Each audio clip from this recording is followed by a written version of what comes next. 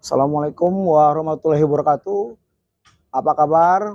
Salam sehat semua pada para pemirsa, netizen maupun haters dari Tangerang Utara News.com. Apa kabar semua? Salam sehat selalu.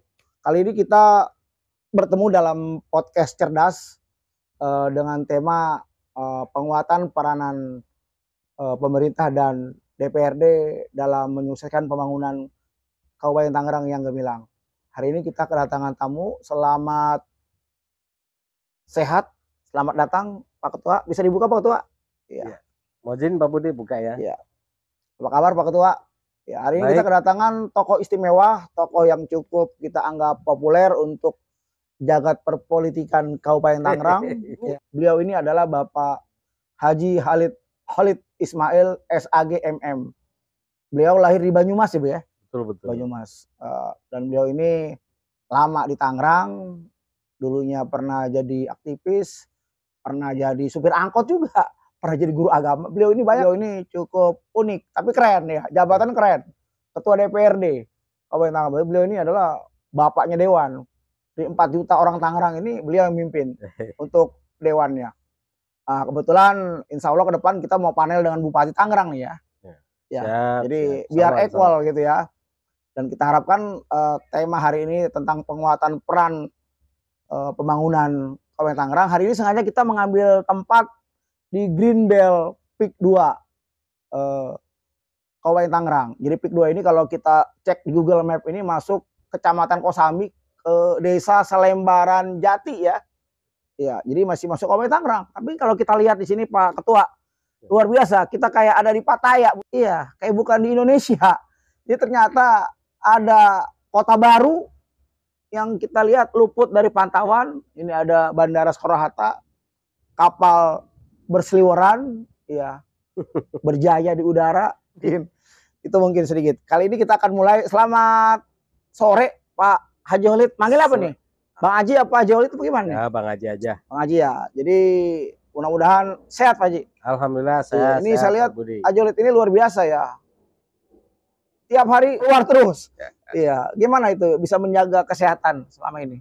Oh ya, terima kasih. Selamat sore Pak Budi ya. Ini saya kaget juga ini. Ini masuk wilayah Kabupaten Tangerang. Iya, bukan ini, bukan Bali nih ya. Bukan Bali dan bukan Pattaya. Ini sesuatu terobosan yang luar biasa. Yang saya lihat ini perubahan dari 6 tahun terakhir ke sini itu luar biasa di Panturan ya. Dan ini merupakan terobosan dan sesuatu yang luar biasa ini buat Pantura. Ini mestinya harus bersyukur ini. Kita melihat dulu kalau nggak salah ini Sungai Muara ya. Ini Sungai Tahang, Kali Tahang ya. Ya Sungai Tahang. Kalau dulu 10 tahun ke belakang itu kita ngelihat kalinya agak hitam bau, kemudian banyak tempat-tempat prostitusi. Tapi ternyata sekarang sudah disulap oleh Peak 2 menjadi sesuatu yang luar biasa ini. Aduh, ini mestinya harus dipublikasikan ini. Kayak mimpi ya, kayak mimpi ya. Sepertinya mimpi Pak Budi ya. Sepertinya mimpi. Alhamdulillah Pak Budi kita dalam keadaan sehat dan memang harus selalu sehat ya. Karena memang di pundak tanggung jawab yang begitu besar Pak Budi. Tapi juga jangan terlalu serius. Itulah kunci. Gitu kan. Kunci bagaimana biar kita ini selalu fit gitu. Pekerjaan ya semua pekerjaan pasti ada. Tanggung jawab kita jalankan semaksimal. Jadi nggak usah terlalu. Kita sering mendengar cerita bahwa akan ada kota baru. Dan dari catatan kami ini ada investasi baru di sini. Yang tujuannya adalah tujuan adalah mensejahterakan masyarakat. Nah, kita ingin pembangunan yang ada ini berdampak positif untuk di depan. Walaupun ada negatif bisa kita bicarakan agar solusinya membawa kesejahteraan. Menurut Pak Ketua DPRD ya, dalam perspektif pengawasan DPRD, karena DPRD ini kan salah satu fungsinya pengawasan terhadap eksekutif. Bagaimana pendapat Pak Ketua Dewan terhadap pembangunan utara khususnya investasi yang ada di wilayah Kosambi Teluk Naga ini? Mungkin bisa dijabarkan. Ya, Pak Budi, bahwa Kabupaten Tangerang bagian utara ini 10-15 tahun ke belakang kita merupakan salah satu wilayah yang minim dengan APBD, kemudian terisolir dengan akses. Nah, kemudian pemerintah daerah dengan kebijakan membuka akses investasi. Nah, termasuk PIK 2 ini adalah salah satu di antara investor yang mampu menyulap sebuah wilayah dari sisi sumber daya alam ya. Sumber daya alam yang saya lihat ini luar biasa sekali. Kita lihat pantai Kabupaten Tangerang dengan panjang sekitar kurang lebih 61 kilo ya. 52 kilo? 61 kilo. Oh, nambah lagi? 61 kilometer. Nambah? Ya, kurang lebih 61 kilometer dengan topografi dan bentangan alam yang luar biasa. Dan ini kan secara topografi laut kita memang kurang menguntungkan. Kalau tidak ada rekayasa teknis yang dilakukan oleh Pemda melalui investor, ini kapan akan selesainya mengatasi persoalan pesisir, begitu. Nah, makanya pemerintah daerah memberikan peluang kepada siapapun yang mau berinvestasi. Nah, termasuk investasi yang investor yang sekarang dilakukan oleh PIK 2, ternyata ini sudah banyak mengalami perubahan secara fisik. Secara fisik kita sudah lihat. Dan kemudian apakah sudah dirasakan oleh masyarakat dan pemerintah daerah? Oh, sudah tentunya. Cuman seberapa jauh nanti akan kita lihat. Gitu. Ada pertanyaan dari masyarakat terkait kembali ke pemberdayaan masyarakat pasca terbangunnya. Ini kan saya melihat ini nggak setahun 2 tahun akan terwujud. Betul. Ya. Saya dengar di kawasan PIK 2 ini ada Rans Entertainment ya kalau salah ya, akan membuat semacam lapangan standar nasional, terus ada lagi lain-lain lah area komersil. Bagaimana kira-kira dampak pembangunan ini yang berimbas kepada masyarakat kita, terutama orang-orang kecil ini? Oh iya, kita lihat kemarin ada beberapa kebijakan punishment yang difasilitasi oleh pemerintah daerah oleh PIK 2 ini, termasuk dalam rangka bagaimana masyarakat sekitar secara SDM ini siap dengan perubahan. Investasi utara ini apa sudah selaras dengan kebutuhan masyarakat atau memang ada unsur-unsur ekonomi lainnya yang kira-kira bisa membuat mengapa negara harus segera membuat percepatan pembangunan? Apa kira-kira pengaruhnya itu, Pak Budi? Saya pikir untuk wilayah di Pantura ini kita masuk ada kawasan strategis nasional ya. KSN ya. Ya. Bandara Soekarno ada di kita. Iya. Jadi Bandara Soekarno-Hatta ada di kita, itu merupakan kawasan strategis nasional. Dan beberapa kawasan lain yang memang ada di berdekatan dengan kita. Ini kan sebuah kalau melihat dari kawasan strategis nasional itu pun menjadi sebuah objek bagaimana kita menjadi sorotan. Makanya beriringan dan kebijakan itulah sehingga saya lihat ini sudah cukup pas. Dan relevansi dengan kebutuhan di masyarakat, yakin ini sudah menjadi sebuah kebutuhan, gitu kan. Sudah menjadi kebutuhan. Apalagi ditambah dengan DKI yang saya lihat sudah kekurangan lahan-lahan ya udah overload dan sudah mulai kekurangan lahan. Bekasi yang udah penuh. Bekasi sudah penuh, nah makanya mau lari kemana lagi kalau bukan ke utara, bagian utara kan. Iya. Berarti Pak Ketua Dewan sikap mendukung pertumbuhan investasi yang di utara. Oh iya, sangat mendukung dan welcome. Karena memang kalau tanpa ada pihak ketiga, APBD nggak cukup Pak Budi. Berapa APBD Kabupaten Tangerang sekarang? APBD Kabupaten Tangerang ini ada 4 triliun belum? Sudah. 4. DKI berapa? DKI hampir 100. Hampir 100. Jauh bener ya gitu ya. Jauh. 0, sekian persen. Kalau nilai investasi di utara ini berapa kalau dihitung? Kalau dihitung kurang, kalau yang jelas nilai pastinya kita nggak ini ya, tapi yang jelas bahwa itu jembatan aja saya dengar 1 triliun itu. Itu nah itu aja dari sisi jembatan kemarin. Itu kalau kita pakai APBD harus berapa tahun? Wah, itu bisa makan waktu 4 kali lah. 4 kali. 4 kali APBD. Membangun tanpa mengesampingkan kesejahteraan rakyat kecil. Kira-kira gimana selaras? Pengembang membangun tapi masyarakat juga bisa menikmati ekstrim pembangunan tersebut. Kira-kira bagaimana itu? Bisa bersinergi. Oh, Iya. itu sangat bisa karena memang kan sebelum mereka melakukan investasi atau usaha kan ada sesuatu yang mereka harus melakukan. Hmm. Maka ada yang disebut sebuah dampak dari sebuah pembangunan itu, Pak Budi. Nah, dampak sebuah pembangunan itu sudah diatur dalam Undang-Undang 32 Iya. 2014 ya. Nanti ini ternyata diimplementasikan lewat bagaimana ini kita bisa melihat dari sisi dampak positif dan negatifnya, termasuk bagaimana investor ini berpikir tentang dampak secara kesejahteraan bagi masyarakat sekitar. Nah, maka satu lagi kita punya perda loh Pak Budi. Perda bagaimana terkait dengan apakah kemudian masyarakat sekitar ini akan dibiarkan atau dipemberdayakan. Maka ada CRSAS. Nah, terobosan yang terbaru kita sudah punya BLK loh Pak Budi. Dan ini kerjasama kita dengan PIK2. Karena besok itu begitu banyak kesempatan atau tenaga kerja yang disiapkan, tapi kemudian SDM kita tidak sesuai dengan kebutuhan, ini menjadi masalah. Maka balai latihan kerja yang disiapkan oleh pemerintah daerah ini kita siapkan. Dan ini kapan itu terwujud BLK? 2022 2023 sudah. Ini sudah. Berarti sebelum ganti presiden udah ada ya? Oh, sudah dong, siap. Iya, sudah siap. Pokoknya masyarakat Pantura tenang. Jadi nggak perlu harus ke Jayanti, ke Serpong ya? Oh nggak perlu. BLK. Dan teman-teman dari kalau bisa sih BLK yang supporting Pak Haji dengan kebutuhan keberadaan kita kayak pariwisata, industri di sini. Oh iya, sesuai dengan arahan Pak Bupati, kemudian sesuai dengan jadi performen yang dibutuhkan adalah bagaimana masyarakat atau Pantura ini kan lebih mengarah kepada industri kreatif, lebih mengarah kepada industri pariwisata. Nah, ini kan banyak sekali, makanya nggak mungkin dong ketika industri pariwisata kita ciptakan BLK untuk pokoknya kita akan menjadi kota services. Kota services itu bagaimana semua orang ingin dilayani.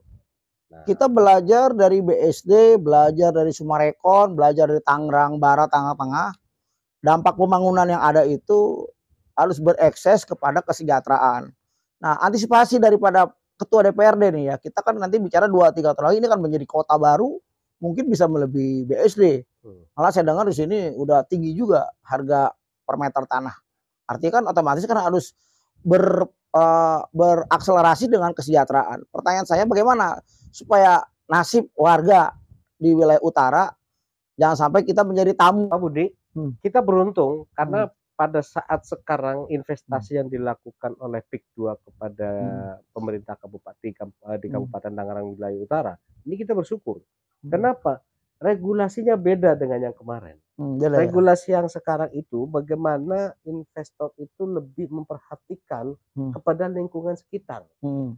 Kemudian 1 atau 2 tahun yang lalu PIK2 sudah melakukan langkah yang sudah dilaporkan ya kepada pemerintah daerah, sudah melakukan langkah pemberdayaan dengan melakukan pelatihan. Dan ini dibuka. Ini kalau kemarin ada beberapa warga yang datang ke tempat saya, termasuk yang dari Muara, ada yang sudah sedang mengikuti pelatihan. Iya, biar link and match nyambung. Betul. Jadi nanti kita, karena memang ini kan sebuah konsekuensi Pak Budi, dari peralihan pertanian kemudian beralih kepada industri pariwisata, otomatis kan harus beda. Nah, ternyata itu sudah disiapkan. Kemudian yang kedua, tempat.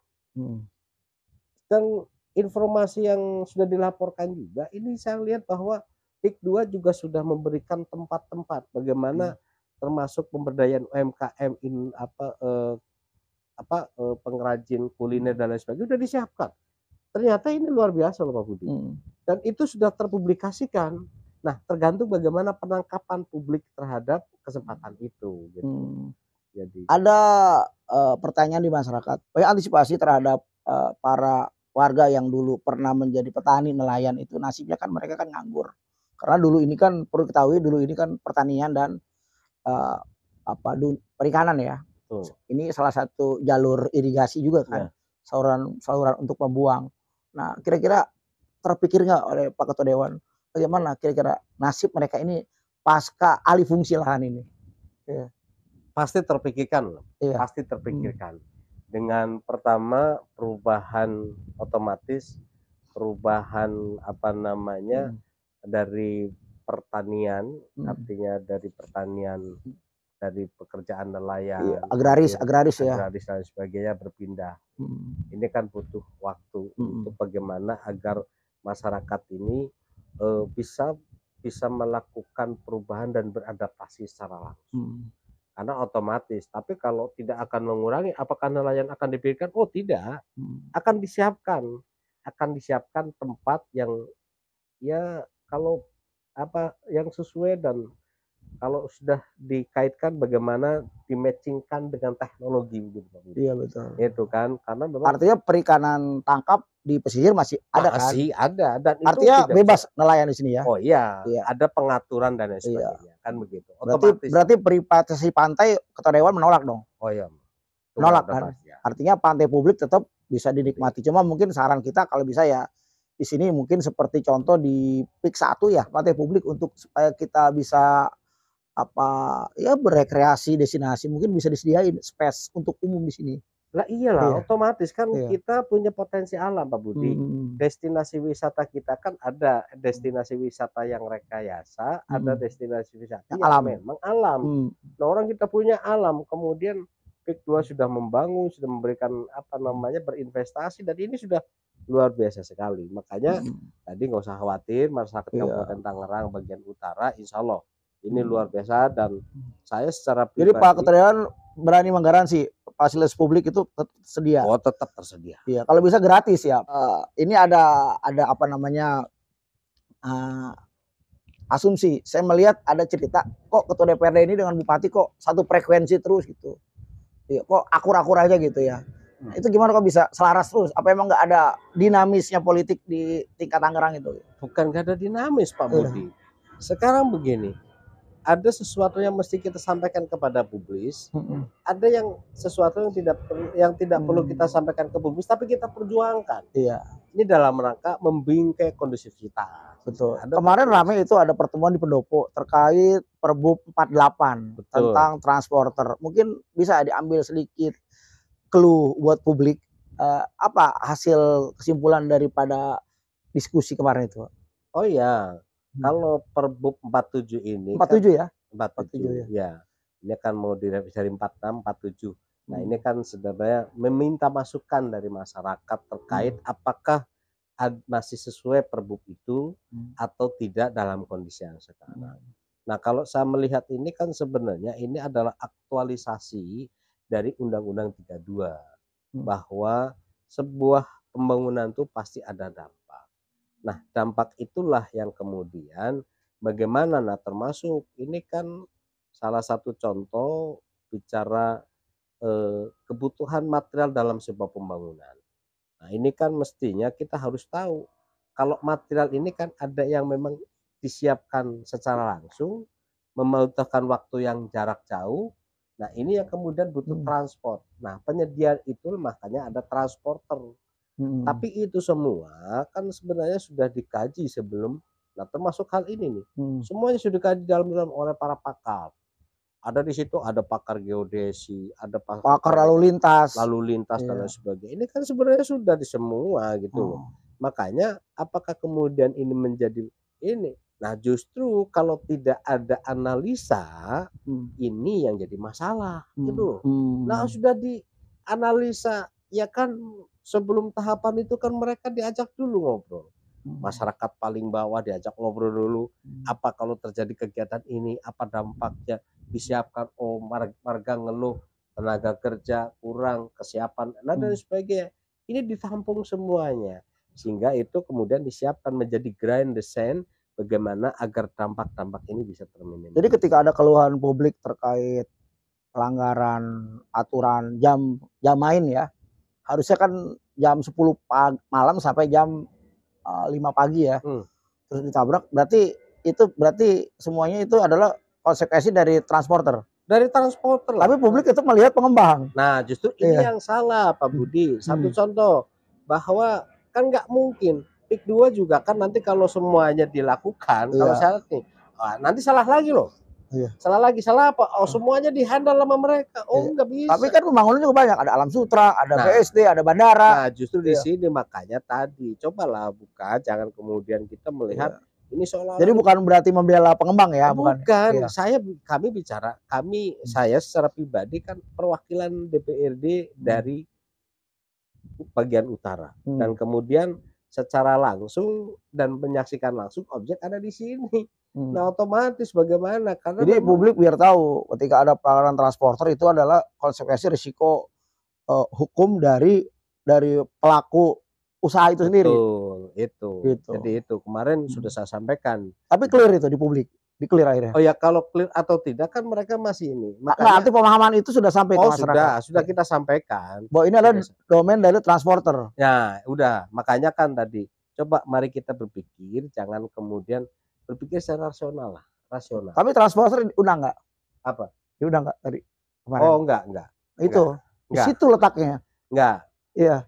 Enggak, transporter enggak diundang karena memang ini kan kaitan bahwa Perbup 47 ini adalah kausalistik dari tadi gitu, dari undang-undang di atasnya. Makanya kalau sudah ngelihat dari seperti itu ya tadi, kalau bicara sanksi ya sanksinya ada di undang-undang, bukan di Perbup. Maka kemudian bagaimana agar kalau pihak developer atau pihak investor sebenarnya mah tidak ada persoalan kan, bukan pemilik transporter. Nah, kalau transporter, bagaimana dengan Gading Serpong? Bagaimana dengan dengan bandara. Loh, mereka sama semua loh.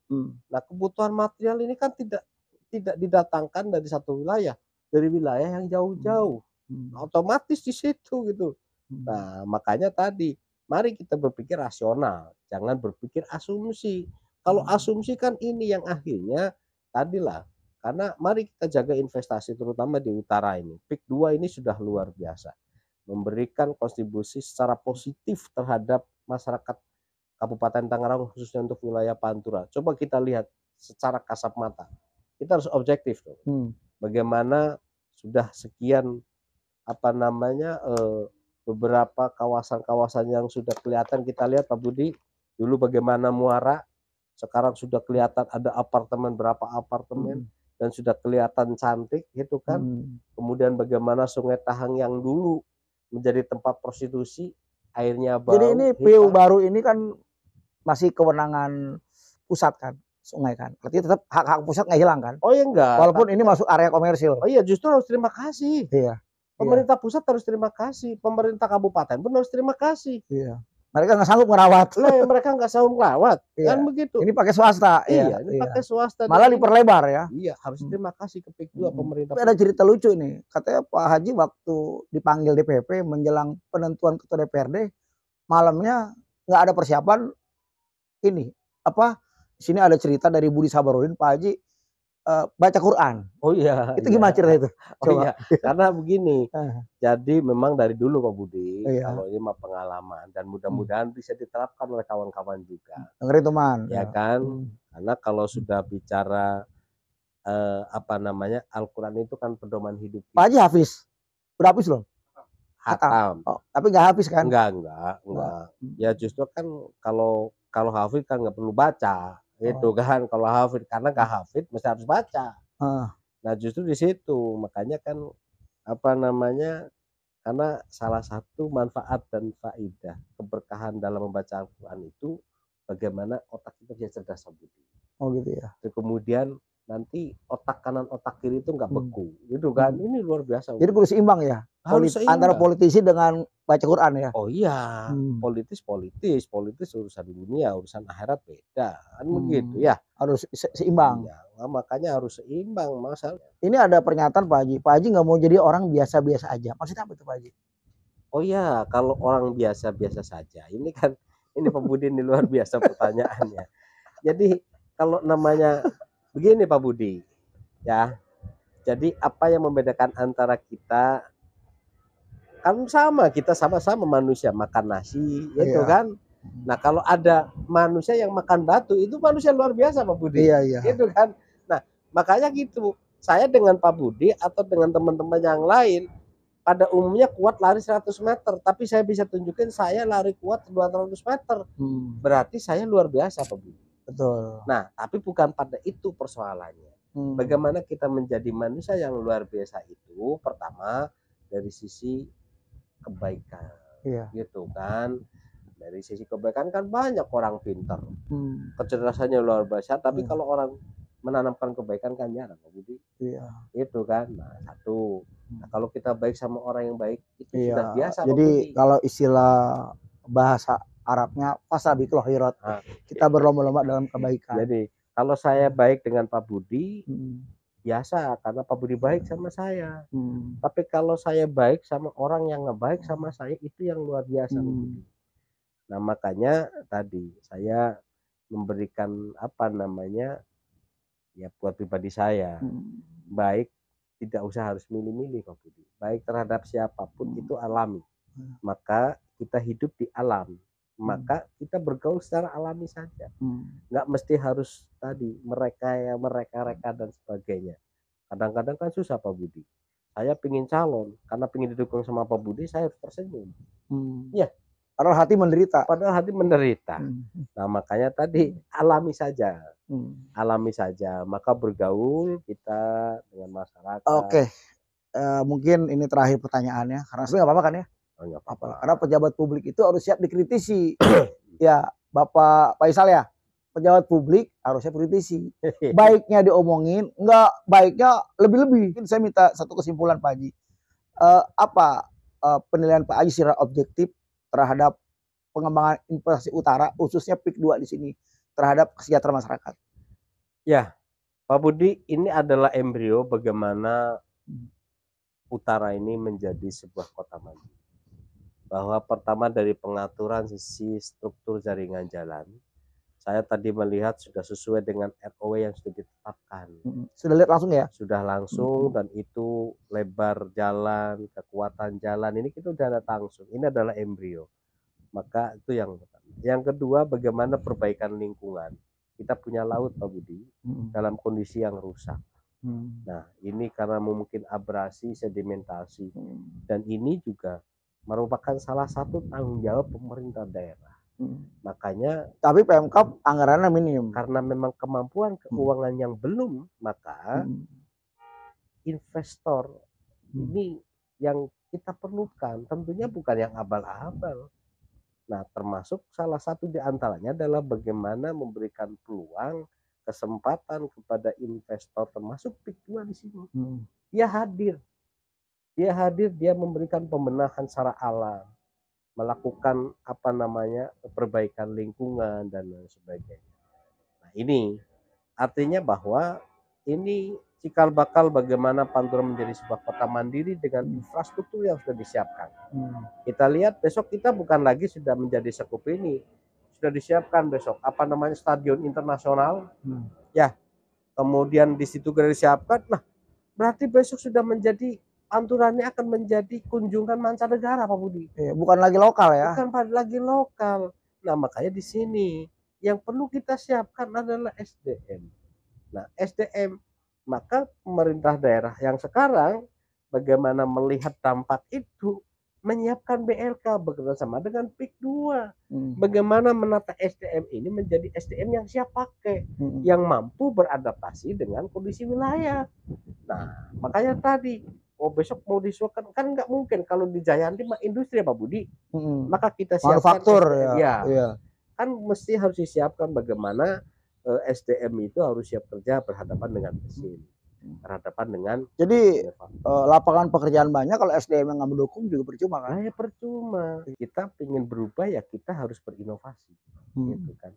Nah, makanya inovasi terobosan yang dilakukan oleh kepala daerah, oleh Pak Jaki ini saya apresiasi secara pribadi, gitu. Kenapa? Karena tadi memberikan kesempatan peluang kepada investasi, investor-investor, dan memberikan nyaman terhadap mereka, gitu. Nah, nyaman itu dalam arti apa? Nyaman itu tadi. Nah, satu contoh, kita lihat bagaimana memberikan nyaman secara regulasi. Tapi tadi kalau ada investor yang nakal-nakal, langsung ditegur dan diberikan sanksi. Nah, makanya tidak segan di sini. Artinya itulah mungkin yang disebut pembangunan berwawasan lingkungan. Betul. Nah, itu makanya ya dari kacamata pribadi, bahwa saya lihat ini cukup welcome terhadap investasi, dan ya karena sadar bahwa kemampuan dan kemampuan APBD kita masih kurang untuk ini, makanya butuh pihak ketiga untuk dirangkul. Nah, makanya kalau ada investor ya sudah, kalau memang sudah ini ya kita, yang penting komitmen, konsisten, dan satu berani. Terima kasih kepada Bapak Haji Khalid Ismail SAG MM, sahabat saya ini, saudara saya, abang saya, mas saya, sama-sama dulu mengawali dari proletar. Jadi kesimpulan yang saya ambil adalah bahwa investasi harus terakselerasi dengan kesejahteraan.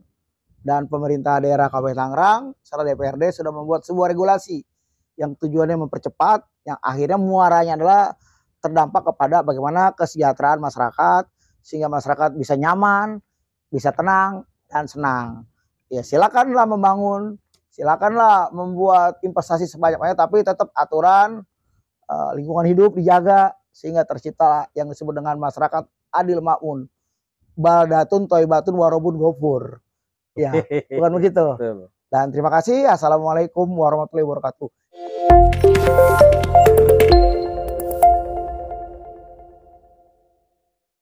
Bunga Mawar tidak akan mempropagandakan kewangiannya. Itu kata Insinyur Soekarno.